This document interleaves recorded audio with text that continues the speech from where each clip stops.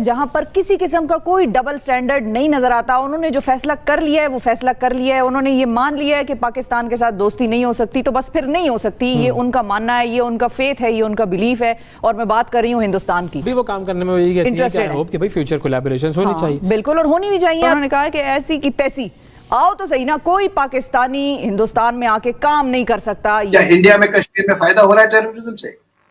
कहीं पर भी फायदा नहीं हो रहा। Why are you going on creating terrorist camps across the line of control through 20-30 camps? 700-800 आदमी वहां ट्रेन हो रहे हैं।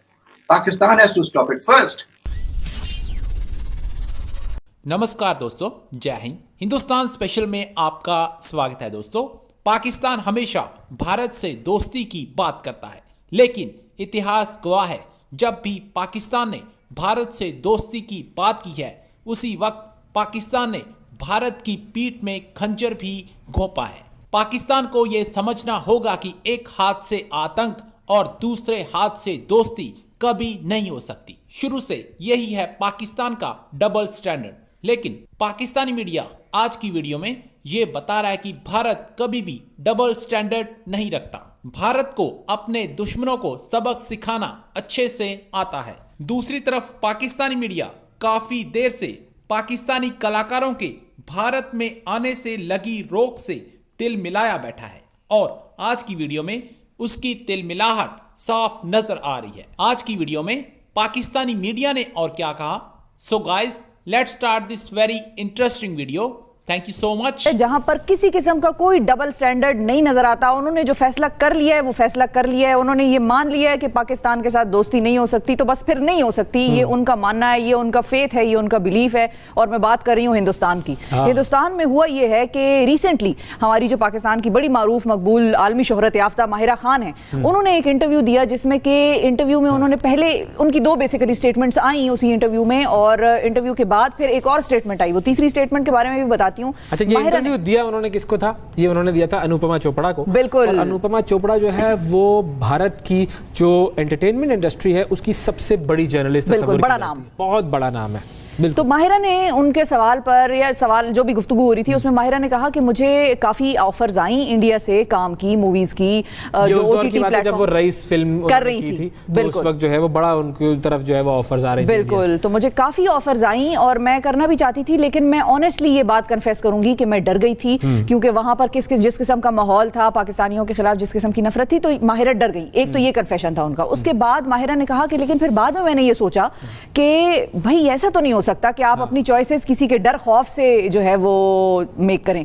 तो लेट्स नॉट फॉरगेट कि भाई सब फ्री हैं और मैं जो चाहूं कर सकती हूं। तो फिर मैंने खुद को कहा कि नहीं यार, ये नहीं हो सकता कि कोई और मुझे डिक्टेट कर रहा हो और किसी और के डर की वजह से मैं काम ना करूं। तो फिर मैंने खुद को अपना ये फैसला बदला और मैं काम करने में बड़ी इंटरेस्टेड रही हूं। और अब भी वो काम करने में इंटरेस्टेड है कि भाई फ्यूचर कोलैबोरेशंस होनी चाहिए। बिल्कुल, और होनी भी चाहिए। अब ये चीज सिर्फ पाकिस्तानी समझते हैं, हिंदुस्तानियों को समझ नहीं आती, और हिंदुस्तानियों में सारों की बात मैं नहीं कर रही, लेकिन ये है कि अब बताती हूँ तीसरी जो स्टेटमेंट थी जो ज्यादा परेशान कौन है वो है जी, उन्होंने कहा कि ऐसी की तैसी आओ तो सही ना, कोई पाकिस्तानी हिंदुस्तान में आके काम नहीं कर सकता, ये हमारे दुश्मन है। ये स्टेटमेंट उनकी आई है, और इधर इनकी किसी किस्म की डुअल पॉलिसी नहीं है। जहां पर उन्होंने हमें दुश्मन माना हुआ था 1947 से आज तक, हम उनके दुश्मन ही है। चाहे हम उनको ऑक्सीजन ऑफर कर दें, चाहे हम उनको मदद ऑफर कर दें, चाहे हम उनके साथ किसी इंसानी जो भी इश्यूज हैं उस पर नेगोशिएशन पे बैठ जाएं, चाहे हम जो मर्जी कर लें अच्छाई उनके साथ, उन्होंने ठानी हुई है कि उन्होंने हमारा दोस्त नहीं बनना।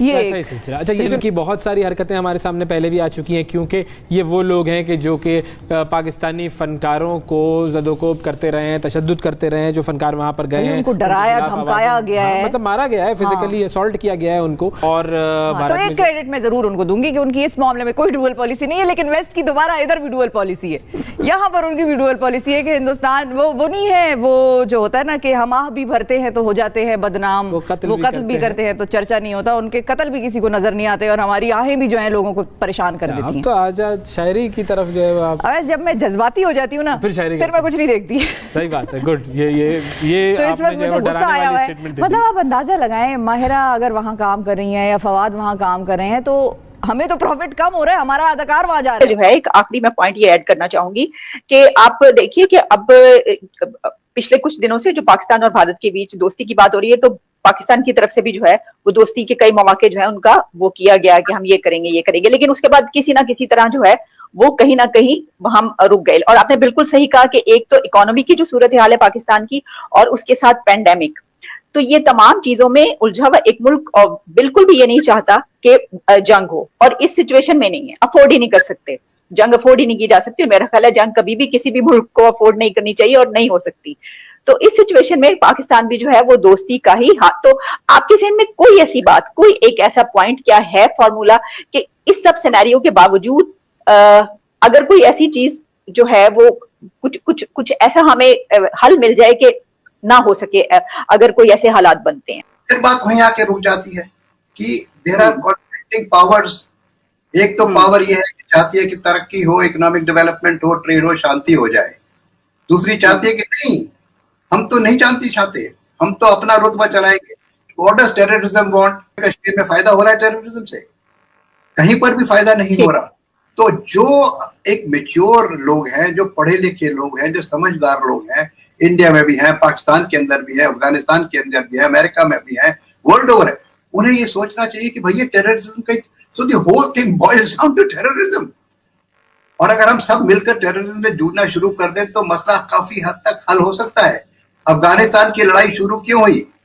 क्योंकि there was a major terrorist incident in America. तब तो उसने रिस्पॉन्ड किया ना, और उसका नतीजा क्या निकला? Osama bin Laden has been killed in Pakistan. और पाकिस्तान को मालूम तक नहीं कि उसामा बिन लादेन उनके घर में रह रहा है। Of course, that's a different matter. We can discuss that at length. That's no longer a point of discussion. But the issue is कि हम लोग सब चाहते हैं शांति, डेवलपमेंट, लेकिन अगर कोई फोर्सेस हमको प्रमोट कर, पुश कर रही हैं टुवर्ड्स डिस्ट्रक्शन, तो we have to stop it. No, we have to jointly stop it. Pakistan has to stop it first. Why are we cultivating terrorists? We have to stop it in Pakistan. Why are you going on creating terrorist camps across the line of control? Through 20-30 camps, 700-800 आदमी वहां train हो रहे हैं। Why are we doing it? We have to stop this.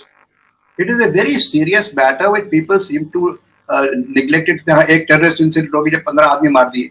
अरे भाई, उससे क्या हो रहा है? क्या ह्यूमैनिटी को कुछ फायदा हो रहा है? क्या आपकी नजरों में कोई आप बड़े पावरफुल बन गए? तो these are the issues which some intellectuals have to sit down in every country. ये नहीं मैं कह रहा कि भारत की और अमेरिका की और यूरोप के इंटेलेक्चुअल आके पाकिस्तान को बताए। पाकिस्तान के अंदर पढ़े लिखे लोग हैं। I mean, I can tell you number of people in Pakistan who are opposing terrorism. तो खुलकर, मेरे ख्याल से आप भी मेरे ख्याल से टेररिज्म को सपोर्ट नहीं करेंगी। क्या आप चाहते हैं कि टेररिस्ट इंसिडेंट हो, स्कूल जला दी जाए, मस्जिद जला दी जाए? आप क्या देखिए कितनी बड़ी मस्जिद को जला दिया गया था, याद है? ब्लू मस्जिद क्या कहलाती है वो? जी जी जी, बिल्कुल। बहुत से ऐसे इंसिडेंट्स में बहुत